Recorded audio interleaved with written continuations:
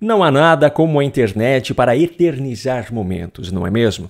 O problema é que, para algumas pessoas, a eternidade de suas declarações é motivo para pesadelos. Não é à toa que são essas as mesmas pessoas que defendem com unhas e dentes a chamada regulação das redes sociais. A partir de agora, você verá uma sequência de cenas que certamente as pessoas presentes nelas gostariam que fossem removidas completamente da história.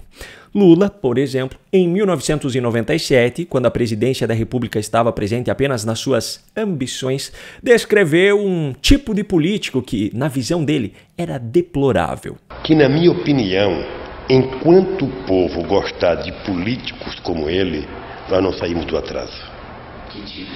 Sabe, o populista barato, o autoritário, o que acha que as pessoas têm que ter um chefe que mande, que dê ordem, que use a chibata, sabe, que não tem respeito pelas pessoas, que grita com jornalista, que ofende os adversários. Quer dizer, eu, pela minha formação política, jamais me emprestaria a ser um político desse tipo. Eu acho que eu nem preciso dizer o nome de quem hoje se enquadra perfeitamente nessa descrição, não é mesmo? Pois é, só que nessa mesma entrevista em 1997, Lula também descreveu o perfil de um ditador. Quando é que a pessoa começa a ficar ditador? Sabe, isso é importante. Quando é que alguém começa a ter característica de um ditador? É quando a pessoa se sente superior aos demais. Sabe, quando a pessoa se sente superior às instituições, às organizações da sociedade civil, quando a pessoa começa a entender que não precisa ouvir mais ninguém, quando a pessoa só tem boca, não tem ouvido, a pessoa começa a ficar com atitude de ditador. Curiosamente, essa descrição foi feita pela mesma pessoa que recentemente afirmou que Deus deixou o Nordeste sem água porque sabia que ele se tornaria presidente da República e levaria água para a região. Aliás, ele também já deixou claro em um discurso feito há alguns dias que, se as coisas acontecerem da forma como ele está pensando, ele será o primeiro presidente a ter um quarto mandato nesse país. Portanto, já se prepare, pois em breve todas aquelas promessas superficiais voltarão a serem feitas, mesmo que já tenham sido feitas em 2022 e não tenham sido cumpridas no atual mandato. Quer ver um exemplo disso? Olha só o que Lula dizia em 2022. Meus amigos e minhas amigas, não haverá sigilo nas contas públicas. Não haverá sigilo de 100 anos, nem de 10 anos, nem de um dia. E o portal da transparência voltará a funcionar, companheira Dilma. E a lei de acesso à informação será cumprida. Ao contrário do que foi prometido, no atual governo Lula já foram colocados sob sigilo milhares de documentos que vão desde a carteira de vacinação de ministros até informações referentes a um voo da FAB que trouxe a ex-primeira-dama peruana condenada para o Brasil. Agora, uma coisa é certa, ninguém pode dizer que Lula já não avisou que as suas falas não são nem um pouco confiáveis. Em 2014, ele contou isso ainda em tom de deboche. Eu cansei de viajar o mundo falando mal do Brasil, gente. Era bonito a gente viajar o mundo e falar, no Brasil tem 30 milhões de crianças de rua, no Brasil tem 30 milhões... A gente nem sabia, tem não sei quantos milhões de abortos, era tudo clandestino, mas a gente ia citando números, sabe? Se o cara perguntasse a fonte, a gente não tinha, mas a gente ia citando números. Mesmo assim, ainda tem muita gente que continua acreditando nas narrativas criadas por ele. Lula, por sinal, sabe muito bem quais são as condições que ele precisa deixar o povo brasileiro para que consiga manter os votos do PT. Em dezembro de 2023, durante um evento interno do partido, ele admitiu que qualquer pequena elevação no nível de conhecimento do eleitor já faz com que ele não queira mais votar no PT. Vocês pegam as pesquisas de opinião pública, a gente está percebendo que quem vota majoritariamente no PT são pessoas que ganham até 2 salários mínimos. Um metalúrgico de São Bernardo que ganha 8 mil reais já não quer mais votar na gente. Pega a pesquisa e vocês percebem que quem ganha acima de 5 salários mínimos já tem dificuldade de votar na gente. É porque essa pessoa ficou ruim? Não.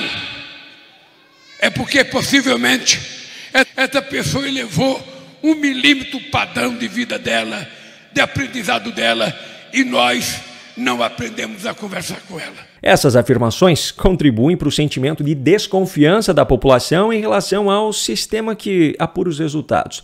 Essa desconfiança, inclusive, era abertamente difundida por alguém que, anos mais tarde, se tornaria ministro da Justiça e, posteriormente, ministro do STF. Veja o que Flávio Dino falava em 2010.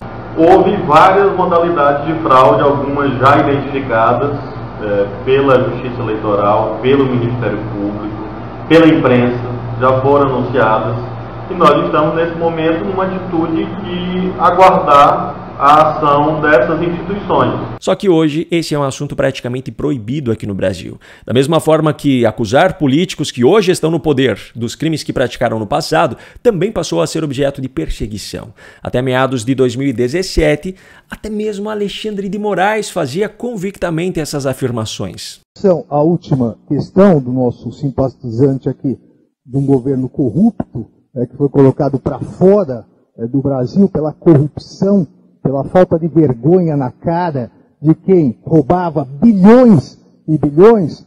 Se, ao invés de roubar bilhões, tivesse investido na segurança, se ao invés de desviar dinheiro para construir porto em Cuba, tivessem investido em presídio, nós estaríamos muito melhor. Obrigado.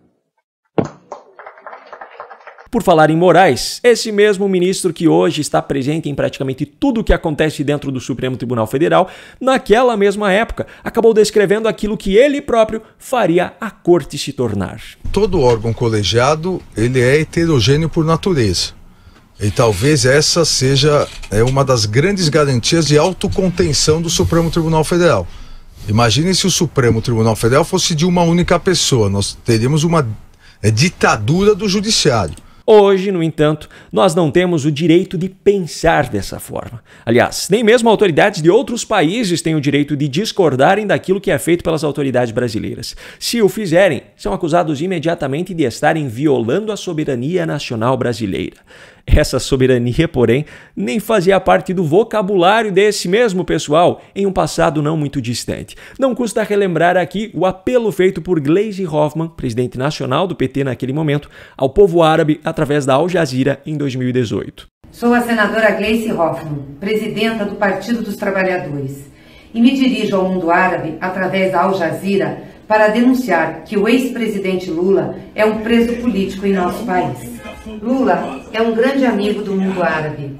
Ao longo da história, o Brasil recebeu milhões de árabes e palestinos, mas Lula foi o único presidente que visitou o Oriente Médio. Lula foi condenado por juízes parciais num processo ilegal. Não há nenhuma prova de culpa, apenas acusações falsas. A TV Globo, que domina a mídia no Brasil, fez uma campanha de mentiras contra Lula. A Globo está pressionando o judiciário brasileiro a não conceder a liberdade a Lula, apesar dela estar prevista na Constituição. Isso fere os direitos humanos e fere a democracia brasileira. A prisão de Lula é a continuidade do golpe que se iniciou em 2016, com a retirada da presidenta Dilma do governo. Ela não cometeu nenhum crime, assim como Lula também não cometeu. É um preso político, ele é inocente. Em todo o mundo, a manifestação de solidariedade ao ex-presidente e pedidos pela sua liberdade. Convido a todos e a todas a se juntarem conosco nessa luta. Lula livre.